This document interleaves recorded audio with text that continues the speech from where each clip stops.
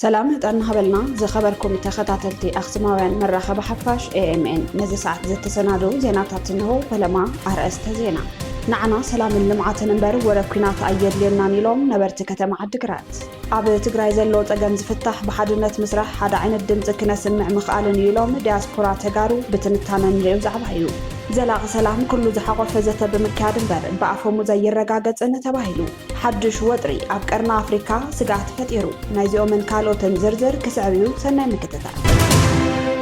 بيت مخر سلام لوطن تግራይ زتخايد سلاماو سلفي دمጽ زتبدل ህዝቢ አቃሊሑ ክብል ገሊጹ ቤት ምኽሪ ሰላም ለውጥን ትግራይ ብርቱዕ ዝናብን ቁርን ከዓገቶም ድምጽ ውጽእ ህዝቢ ትግራይ ዘስምዑ ኣብ አዲስ አበባ ዝነብሩ ተወለድቲ ትግራይን ኤርትራውያንን ኣሕዋት ፈተውቲ ቃልሲ ህዝቢ ትግራይን ዘለዎ ዝለዓለ ምስጋናን ኣኽብሮትን ገሊጹ እቲ ቤት ምኽሪ ኣብ ዘውፅኦ መግለጺ እቲ ሰላማዊ ሰልፊ ብዕውት ኩነታት ከም ዝተዛዘመን ከም ውጽኢቱ ድማ ድምጽ እቲ ዝተበደለ ህዝቢ ናብ ማሕበረሰብ ዓለም ብግቡእ ክጋዋሕ ከም ዝኽኣለ ፍሊጡ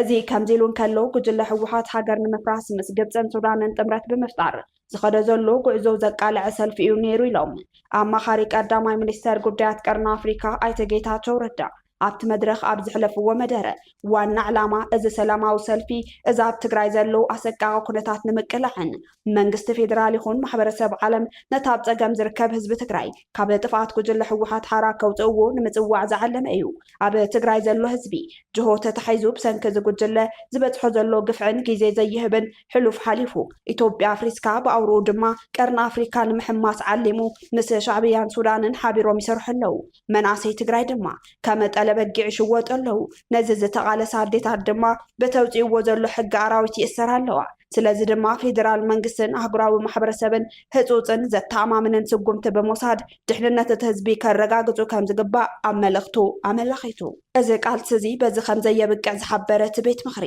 ድምፂ ህዝቢ ንምስማዕን ንምድሓንን ዝግበር ምንቅስቓስ ገና ብዝተፈላለዩ መንገድታት ብዝበለፀ ተጠናኺሩ ክቐፅል ምዃኑ ኣረጋጊፁ نعنا سلام لمعة نمبر وركينات يدلنا نيلوم نبرت كتم عدقرات نلعل شدشت عمتات زغطل كيناتن بوليتيكاوي بروباغاندان عددا موت تميت حمام سدتن غيرونا ايو نهزب تግራይ ዝብሉ እቶም ወሃብ ትርኢቶ حازون كاب سلام لمعة وزاي كالم مارز يبلنان سلام يبهجنا كبلو قليتهم اتوم تجارو نكفل زينا اقسماويان مرخب حفاش كم زبلو حزب تግራይ بسنكتهم نعمتات أبلالي وزتخايدو وقعت مزازون انتاينتو ناطبيقو كم زفلت بمحبار انكون ناي موداتان ممارزيو سلام طرح مخانو أرقاقيتهم وسيخوم كم زقلتو عبز حز اوان سلطان بحيل حيزو زلو قجلة عرفت بمخلاق نهزبي اب كبيت جنكتن سقاين كم زودقو أفليتهم يخون نبر ناي حزب مرقز سلاميو حزب تግራይ ካብ ዝኾነ ይኹን ማሕበረሰብ ንላዕሊ ሕሰም ውግእ ዝተረድአ ህዝቢ ምዃኑ ድማ እምብን ኩናት ንብል ኣለና ይኹን እምበር እቲ ኣብ ልዕሊ ስልጣን ዘሎ ሓይሊ ንህዝቢ ዕረፍቲ ኸሊኡ ኣብ ከቢድ ስነኣምራውን ማሕበራውን ፀገም ኣእትይዎ ኣሎ ክብሉ ኣማሪሮም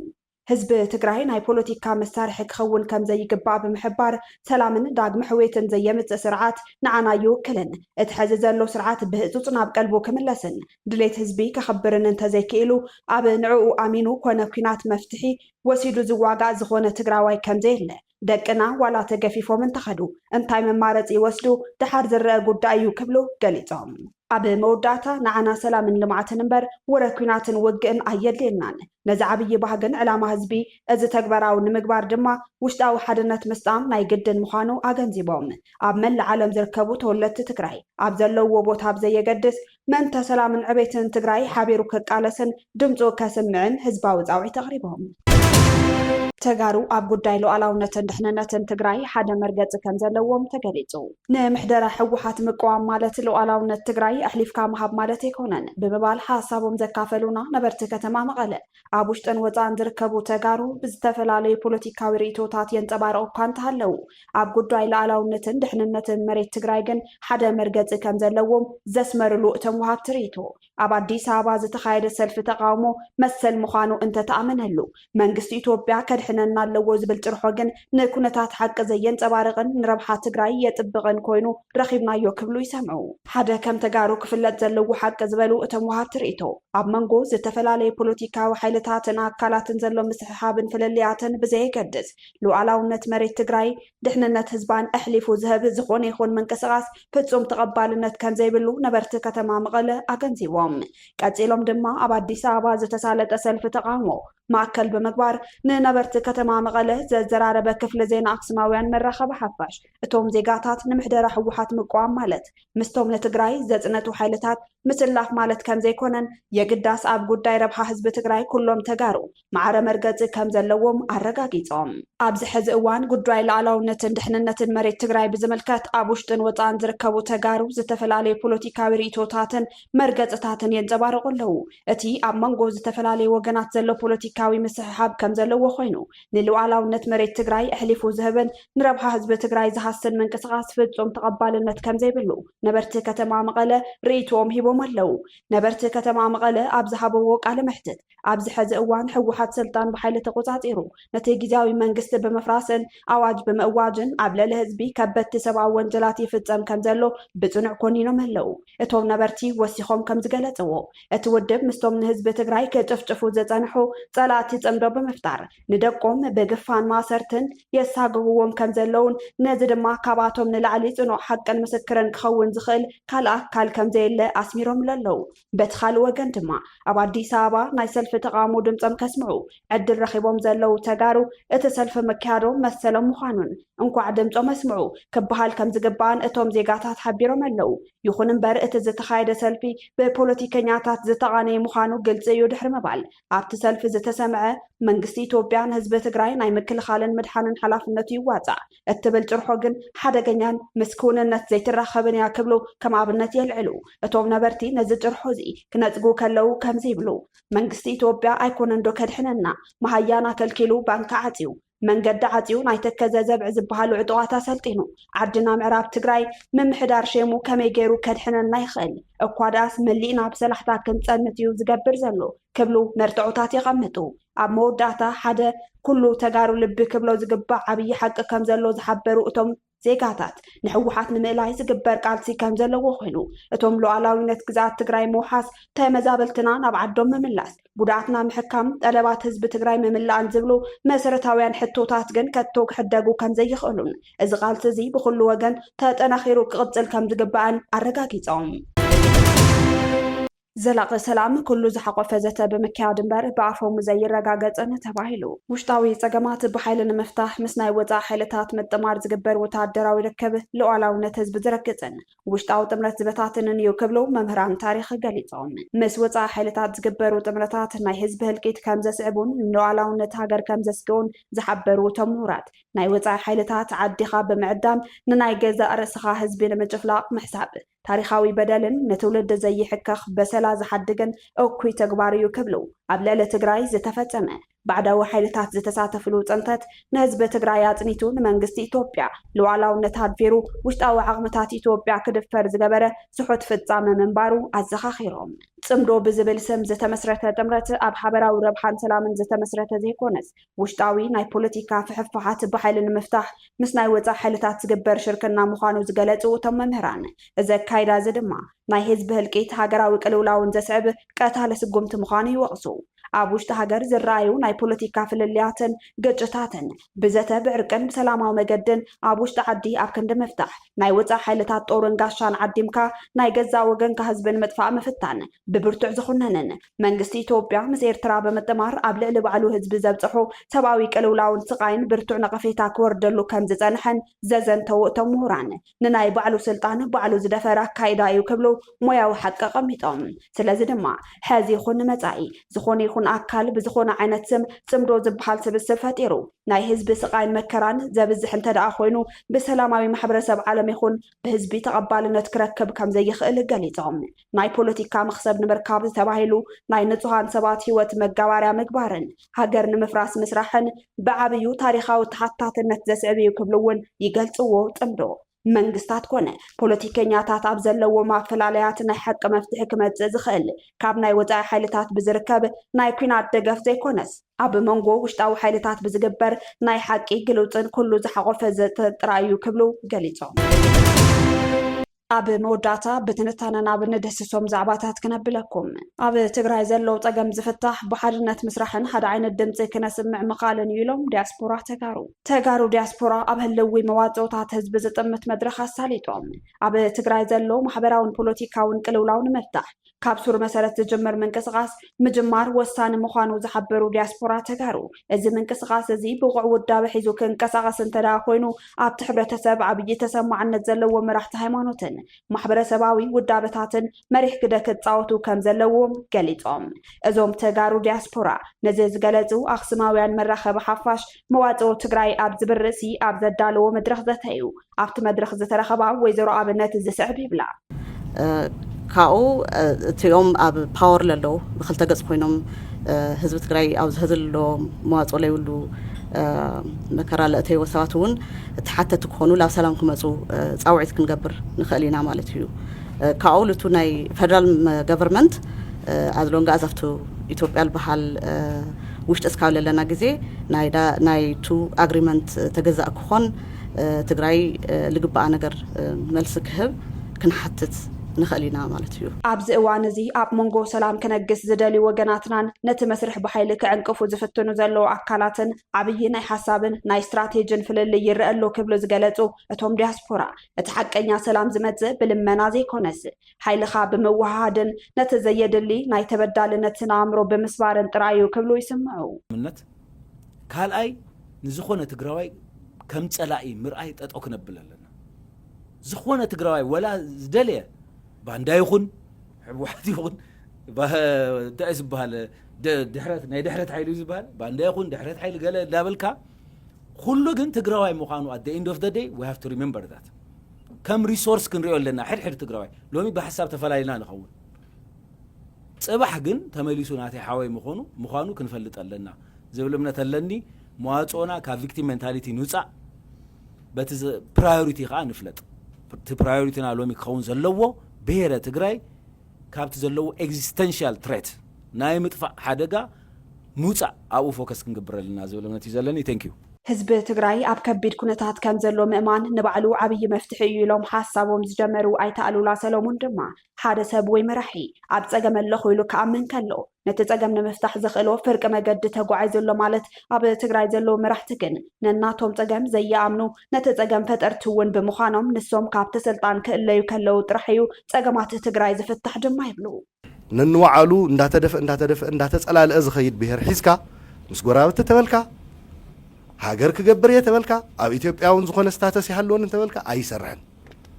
መጀመርያ ከውን ዘሎ ውሽጣዊ ፀገም ንኣድረስ ክንገብር ኣለና ናይዚ ውሽጣዊ ፀገም ናይ ብሔር ብተናን ናይ ብሔርካ ምፍንፋንን መግለፂኡ ከዓ ቀንዲ ተሓታታይ መሪሕነት ሕወሓት እዩ we shouldn't be shy እዚ ብግልፂ ክነስምረሉ ኣለና ምክንያቱ ኣነ ሕዚ ንዳንኤል ወይ ንፍፁም ኣይከሶን ዋይ ኣብ መሪሕነት የለውን እያ ከማይ ሕዋተይ ተራ ዜጋ እዮም ፕሮባብሊ ከም ትግራዋይነቶም ትግራይ ነቲ ብሔር ንምድሓን ታክገብሩ ነይርዎም ክወቕሶም ይኽእል እየ መራሕቲ ግን ኣይኮኑን መራሒ ግን ኣብ ኣኾፍ ኢሉ ዘሎ ክውቀስ ክበል እዩ ተዘይኮይኑ ናብ ማሕረሱ ወይ ናብ ንግዲ ይውረድ ተራ ዜጋ ኮይኑ ይንበር መንዶ ክሓቶ እዩ ብድሕሪኡ ስለዚ ቁፅሪ ሓደ ኣብ ትግራይ ዘሎ መሪሕነት ብሔር ዝብትን ዘሎ ወዲ ብሔራዊ መንነቱ ክፀልእ ዝገብር ዘሎ መሪሕነት እዩ እዚ መሪሕነት እዚ ክቕየር ኣለዎ መዋፅኦ ክንብል ከለና ክቕየር ኣለዎ ሕዚ ዝጋደል ዝነበረ ኣይጋደል ናብ ዝብል ከመይ ገይሩ ወሪዱ ብድልየቱ መራሕተው የለው ኢሉ ኣልሹ ብላምባዲና ዝጋደል ዝነበረ ሎሚ ዞም መራሕቲ ቶም ካድረታት ክለኣኽልዎ ከለዉ ዋላ ወለዲ ዋላ ቆልዓ ገጽኩም ከይሪአኩም እዩ ዝብሎም ዘሎ ፈንፊንዎም ኣሎ ኣይደለዮምን ምግዳል ከዓ ከውዝን ብቑዕ ዝኾነ መሪሕነትን እዩ ዝሓትት ሞቲቬትድ ክትኮን ኣለካ ስለዚ መሪሕነት ክቕየር ኣለዎ መሪሕነት ዝቕየር ሓበራዊ መድረኽ ናይ ትግራይ ክፍጠር ኣለዎ ፖለቲካዊ ፎርሙላና እውን ክቕየር ኣለዎ ትቀመር ኮፍ ኢልና ቻርት ክንገብሩ ኣለና ተጋሩ ሓዱሽ ወጥሪ ኣብ ቀርና ኣፍሪካ ስጋት ፈጢሩ ግብፂ ኣብ ልዕሊ ህንፀት ሩባ ኣባይ ዘለዋ ተቃውሞ ሕይላ ክትቅፅለሉን ከላ ቀዳማይ ሚኒስትር ኣብይ ኣሕመድ ድማ ዝመፅእ ፅልዋ የለን ክብሉ መልሲ ሂቦም መራሒ ሱዳን ጀነራል ዓብደልፈታሕ አልቡርሃን ምስ ፕሬዚደንት ኢሳያስ ኣፈወርቂ ንመዘረራ ብኣስመራ ኣትዮም ሚኒስተር ጉዳያት ወፃኢ ግብፂ ዶክተር ባድር ዓብደላቲ ኤርትራ ዓንዲ ማእከል ጸጥታ ቀርና አፍሪካ ምዃና ገሊጾም ዝብሉ ነጥብታት ዘካተተ ሓበሬታ ቀርና አፍሪካ ብትንታነ ክንሪኦ ኢና ጉጅለ ህወሓት ዝተሓወሱ ሓድሽ ወጥሪ ኣብ ቀርና አፍሪካ ናበይ ኣንፈት ዘብል ዛዕባዊ ዜናና ዝቅልቀሉ ዘለው ሓደሽቲ ፖለቲካውን ወታደራውን ምዕባለታት እቲ ዞባ ናብ ሓድሽ ደረጃ ወጥሪ የሳገር ምህላው ተዓዘብቲ ይሕብሩ ኣለው ካብ ግድብ ህዳሴ ኢትዮጵያ ጀሚሩ ከሳበቲ ኣብ መንጎ ኢትዮጵያን ሶማሊላንድን ዝተገበረ ናይ መረዳእታ ሰነድ ስምምዕ ምስሕሓብ ኣብ መንጎ ግብፅን ኢትዮጵያን ሓዱሽ ናይ ሓይሊ ሚዛን ምፍጣር ከም ዘስዓበ ዲፕሎማስያዊ ምንጭታት የረድኡ መንግስቲ ግብፂ ካብ ኣፍልጦን ፍቃድን ናይተን ተጠቃሚ ሃገራት ወፃኢ ኣብ ልዕሊ ሩባ ኣባይ ዝግበር ዝኾነ ይኹን ተወሳኺ ህንፀት ግድባት ተቐባልነት ከም ዘይብሉ ብወግዒ ኣፍሊጣ ኣላ እዚ መርገፅ እዚ ሮይተርስ ከም ዝፀብፀቦ ካይሮ ኣብ ልዕሊ ድሕንነት ማይ ሃገራ ዘለዋ ስጋት ዘንፀባርቕ እዩ ክብል ገሊፅዎ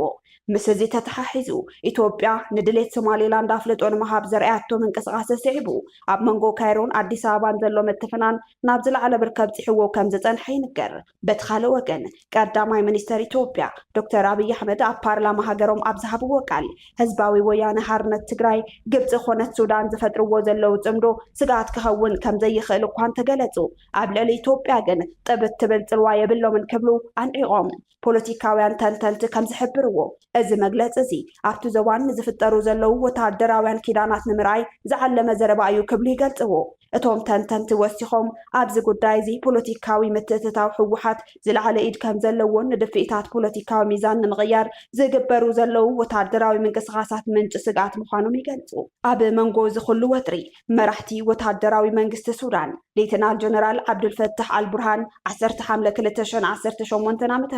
ናብ ርእሰ ከተማ ኤርትራ ኣስመራ ንወግዓዊ ውዕደት ምኻዶም ነቲ ፖለቲካዊ ምዕባለታት ናብ ወታደራዊ ወጥርታት ከየሰጋግሮ ተሰጊኤሎ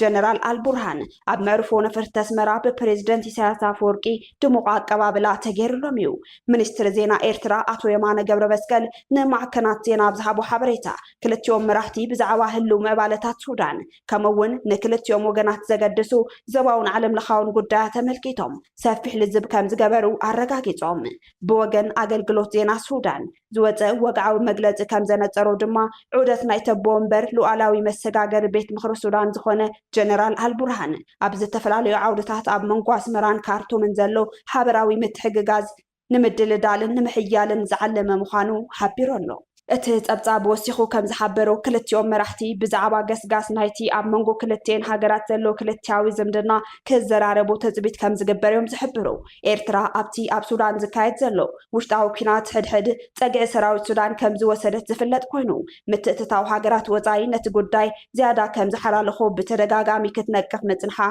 ቢቢሲ ዘኻኽር ብወገን ውሽጣዊ ሓይልታት እውን እንተኾነ ህወሓት ኣብ ሱዳን ኣብ ኩናት ሱዳን ፀግዒ ጀነራል አልቡርሃን ምስላፋ ናይ ውሽጢ ዓዲ ፖለቲከኛታት ምስ ምሻጥ ሰራዊት ትግራይ ኣዛሚዶም ንኢዳታውነታ የረጋግጹ እዚ ግብራዊ ኢድ ምትእትታው ኢትዮጵያ ምስ ህጡፅ ደገፍ ወሃቢ ሓይሊ ሱዳን RSF ብምስላፍ ካብ ኣፅዋራዊ ክሳብ ማእከላት መሰልጠኒ ኣብ ከባቢ ቤንሻንጉል ጉሙዝ ኩምሩክ ኣብ ኩናት ሱዳን ኢድ ምትእትታዋ ንጀነራል አልቡርሃን ማለት እውን ንሱዳን ኣቐጢዑ መፅንሑን እቶም ጀነራል ናብ ኤርትራ ዝገበርዎ ምብፃሕ ንኻልእ ወታደራዊ ዕላማ ክኸውን ከም ዝኽእል ተሰጊኡሎ በቲ ካልእ ሸነኽ ርክብ ካይሮን ኣስመራን ናብ ዝለዓለ ብርኪ ድይምህላው ዘርእዩ መርትዑታት ይወፅ ኣለው ሚኒስተር ጉዳያት ወፃኢ ግብፂ ዶክተር ባድር ዓብደላቲ ምስ መንግስታዊ ማዕከናት ዜና ኤርትራ ኣብ ዘካየዶ ቃለ መሕተት ኤርትራ ዓንዲ ማእከል ፀጥታን ምርግጋእን ኣብ ቀርና ኣፍሪካ ጌርና ኢና ንወስዳ ክብል ገሊጹ ኣሎ እዚ መግለፂ እዚ ግብፂ ኣብ ቀርና ኣፍሪካ ሓዱሽ ዲፕሎማስያዊ ኪዳን ንምምስራት እትገብሮ ዘላ ፃዕሪ ዘርኢ ምዃኑን